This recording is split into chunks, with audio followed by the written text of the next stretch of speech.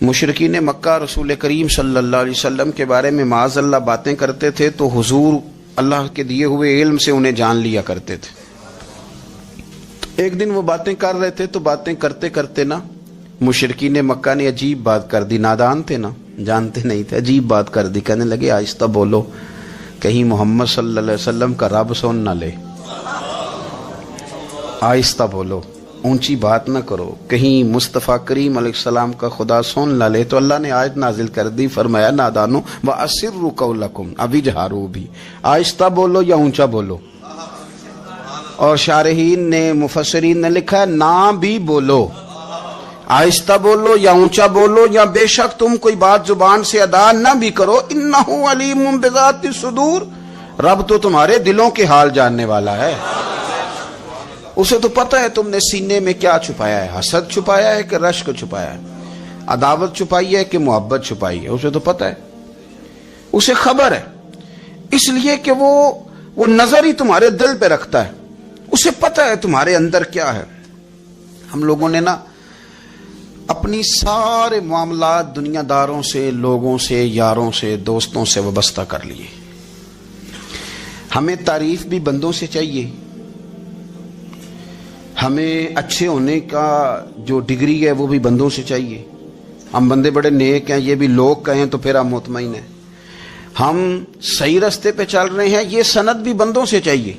ہر بات پر اعتماد خلق، ہر وقت لوگوں پر ہی دھیان، لوگوں پر ہی توجہ، لوگوں کے معاملات ہی ڈسکس کرنا، بھئی یہ تو تیرے ذمہ ہی نہیں، تجھے تو کہا گیا ہے کہ وَمَن يَتَوَکَّلْ عَلَى اللَّهِ، تو اپنے رب کی ذات پر بھروسہ کر، فَهُوَ حَسْبُهُ، وہ تیرے لیے دنیا میں بھی کافی ہو جائے گا، آخرت میں بھی کافی ہو جائے گا، وہ تیرے لیے کافی ہے تیرا رب رسول۔ تو اللہ رسول کی جانب توجہ کر۔ ہماری ساری معاملات بندوں کے ساتھ مطلب فلانے کو کیا مل رہا ہے، فلانا کدھر جا رہا ہے، فلانے کے پیسوں پہ میرا کتنا حق ہے، فلانا آگے نکل گیا، فلاں پیچھے رہ گیا، فلاں نے محبت سے نہیں دیکھا، فلاں نے یہ کر دیا، آپ ساتھ چھوڑیں۔ یہ تو ہر وقت تو ذکر آپ کو اللہ کا کرنا تھا، یا ایھا الذین آمنوا اذکروا اللہ ذکرا کثیرا وسبحوہ بکرۃ واسیلا، یہ جو آپ ہر وقت بندے کر رہے ہیں یہ تو آپ کو حکم ہی نہیں ہے، آپ نے تو ہر وقت اللہ اللہ کرنی تھی، تو جو کام کرنے کا تھا وہ چھوڑ دیا، جو نہیں کرنا چاہیے تھا اس پہ بحث شروع کر دی، پھر دل کے اندر مد و جزر خراب ہوتے ہیں، قلبی واردات بگڑ جاتی ہے، حسد پیدا ہوتا ہے، انسان کو لالچ پیدا ہوتا ہے، انسان حریص ہو جاتا ہے، انسان لوگوں سے عداوتیں پال لیتا ہے۔ کبھی ایسا کام نہ کرے۔ شہد بڑا میٹھا ہوتا ہے، عرب کے اندر ایک درخت پایا جاتا تھا، ایلوا اس کو کہتے تھے، اس طرح ہمارے ہاں نیم نہیں ہوتی، کڑوا ترین اس کا ذائقہ ہوتا ہے، اور آپ کچھ دیر اس کو پانی میں ڈال دیں تو پانی بھی سارا کڑوا ہو جاتا ہے، چونکہ اس کے خمیر میں رب کریم نے کرواہٹ رکھی ہے، اور حکمت ہے، اس کرواہٹ کا بھی اپنی جگہ فائدہ ہے۔ لیکن حضور سید عالم صلی اللہ علیہ وسلم نے ایک مثال بیان فرمائی، اور وہ بڑی سمجھنے کی ہے۔ حضور مثالیں دیتے تھے تو کمال ہو جاتی تھی، بڑے سے بڑا ان پڑھ بندہ بھی اس کی روح تک بات اتر جاتی تھی۔ کریم محبوب علیہ السلام فرمانے لگے کہ اگر ایلوا درخت کے کچھ ٹکڑے شہد میں ڈال دیے جائیں نا تو شہد سے زیادہ میٹھی چیز کوئی نہیں ہوتی، تو حضور فرماتے ہیں کہ وہ ایلوا کا درخت جو ہے وہ شہد کو بھی بگاڑ دیتا ہے، اس میں کرواہٹ پیدا کر دیتا ہے، حالانکہ وہ بڑا میٹھا تھا، اپنی جگہ اس کی مٹھاس میں کوئی کسی قسم کی کمی نہیں تھی، لیکن وہ ایلوا کے درخت نے اسے بگاڑ دیا۔ اللہ کے محبوب فرماتے ہیں جس طرح ایلوا کا درخت شہد کو تباہ کر دیتا ہے نا، اس طرح حسد آدمی کے ایمان کو تباہ کر دیتا ہے۔ ایمان بڑی میٹھی چیز ہے، بڑی حسین چیز ہے، لیکن جب حسد آ گیا نا، حسد ہے کیا؟ حسد بندوں سے نہیں ہوتا، یہ سمجھ لیں۔ حسد کا مطلب، حسد کی لغوی تعریف یہ ہے کہ یہ سمجھ لینا کہ یا اللہ اسے نہیں دینا چاہیے تھا، مجھے دینا چاہیے تھا، یہ تعریف ہے۔ تو حسد ہوتا کس سے؟ حسد دراصل بندے پہ نہیں کیا جاتا، حسد کا معنی یہ ہے کہ آپ اللہ کی تقسیم پر اعتراض کر رہے ہیں، آپ کا کہنا یہ ہے کہ یا اللہ یہ تقسیم ٹھیک نہیں ہوئی، معاذ اللہ یہ ادھر چلا گیا، یہ تو ادھر آنے والی چیز تھی، تو یہ آپ نے ڈائریکٹ جو مقابلہ شروع کیا، معاذ اللہ یہ تو آپ نے اللہ کی تقسیم کے ساتھ شروع کر دی، تو پھر دل میں بگاڑ آتا ہے، پھر انسان ٹوٹ پھوٹ کا شکار ہوتا ہے، پھر وہ کمزور پڑ جاتا ہے، پھر وہ ایسی باتیں کرتا ہے جو اس کے منصب کے مطابق نہیں ہوتی، کچی بات کرتا ہے، کمزور بات۔ اللہ بہتر جانتے ہیں کون سی چیز اس نے کہاں رکھنی ہے۔ رب کی حکمت پر اور اس کی دی ہوئی توفیق پر راضی رہنا ایمان کا تقاضا ہے، لیکن ہمیں تو چاہیے تقسیم اپنی مرضی کی۔ ادھر کیوں چلا گیا، ادھر آنا چاہیے تھا۔ بھئی آپ کو یہ کس نے حق دیا ہے؟ مالک نے جو چاہا، جب چاہا، جہاں چاہا اپنے فضل سے عطا فرمایا۔ حسد، اور پھر اس کے اگر کوئی حسد نہیں کرتا تو لالچ شروع کر دیتا ہے، وہ کہتا ہے کہ یہ جو اس کا مال ہے اس میں میرا بھی حق تھا، یہ تو مجھے ملنا چاہیے تھا۔ آپ یقین کریں کہ بندے بندوں سے کم پیار کرتے ہیں، جیبوں سے زیادہ پیار کرتے ہیں۔ تو اس بندے کو تو کوئی نقصان نہیں جس کے ساتھ آپ نے تعلق رکھا ہوا ہے جیب کا، لیکن آپ بڑے کمزور ہو گئے۔ آپ جب لالچ کر لیا، نفسانیت میں آ گئے تو آپ کمزور پڑ گئے۔ آپ نے مطلب کیا، آپ کا کیا خیال تھا کہ رب کی بارگاہ سے کوئی کم ملنے والا تھا جو بندوں پہ اتنی توجہ کر لی؟ حضرت بہلول دانا رحمت اللہ علیہ نے کیا خوبصورت انداز ہے، رب کریم کے بندوں کی باتیں اللہ کے لشکروں میں سے لشکر، کیا سوچ تھی، کیا نظریہ تھا، کیوں یہ لوگ اتنے مضبوط تھے، فکری طور پر مضبوط تھے، فکری طور پر۔ ہارون رشید حج کر کے واپس آ رہا ہے، حضرت بہلول دانا راستے میں بیٹھے ہیں، ملاقات ہو گئی، کہنے لگا حضور کوئی حکم ہو تو بتائیے گا۔ فرمانے لگے کوئی نہیں، تو جا اپنا کام کر۔ بادشاہ ہے، یا کسی کو کارڈ مل جائے تو وہ لوگوں کو دکھاتا پھرتا ہے، وزیر صاحب نے خود دیا ہے۔ بادشاہ وقت خود کر، حضرت کوئی حکم ہو تو؟ فرمایا نہیں، اللہ خیر کرے گا۔ تو کہنے لگا حضور میں نے سنا ہے آپ مقروض ہیں، تو بتا ہی دیتے۔ تو آپ مسکرا کے فرمانے لگے تیرا کیا خیال ہے بھلا؟ کہنے لگے حضور کس بابت؟ فرمانے لگے تیرا کیا خیال ہے کہ اللہ ہارون رشید کو دے گا اور بہلول دانا کو بھول جائے گا؟ تیرا کیا خیال ہے؟ رب کریم ہارون رشید کو تو دیتا جائے گا اور بہلول دانا کو بھول جائے گا؟ بادشاہ کہتا ہے کہ میں چکرا ہی گیا کہ بھلا اس سوال کا کیا جواب ہے؟ تو میں نے کہا حضور رب تو بھولنے سے پاک ہے، وہ تو کسی کو نہیں بھولتا، اسے نہ اونگ آتی ہے نہ نیند آتی ہے۔ تو فرمانے لگے جا پھر اپنا کام کر، جب مناسب سمجھے گا تو بہلول کو بھی قرضے سے نجات عطا کاری دے گا۔ تو جا اپنی ڈیوٹی کر، وہ جب چاہے گا نا تو میرے قرضے دور۔ تو کیا سمجھتا ہے کہ تجھے یاد رکھے گا مجھے بھول جائے گا؟ یہ کیسے ہو سکتا ہے؟ او یار ادھر دیکھ، میری بات سن۔ او بھائی، وہ تیرا میرا رب ہے، یہ ہو سکتا ہے کہ امیروں کو دے دے اور تیرے جیسے میرے جیسے غریبوں کو وہ بھول جائے؟ یہ ہو سکتا ہے؟ تو کیوں لوگوں کی جیبوں پہ توجہ، لوگوں کی جیبوں پہ نظریں، فلانے کے پاس آ گیا تو میں رہ گیا، مطلب کس لیے؟ ہمارا رب کسی کو بھولتا نہیں ہے، کسی شخص کو وہ میرا مالک اپنے فضل سے نظر انداز نہیں کرتا، وہ سب کو نوازتا ہے، لیکن اس کی حکمت کے تقاضوں کا انتظار کرنا مسلمان کی شان ہے۔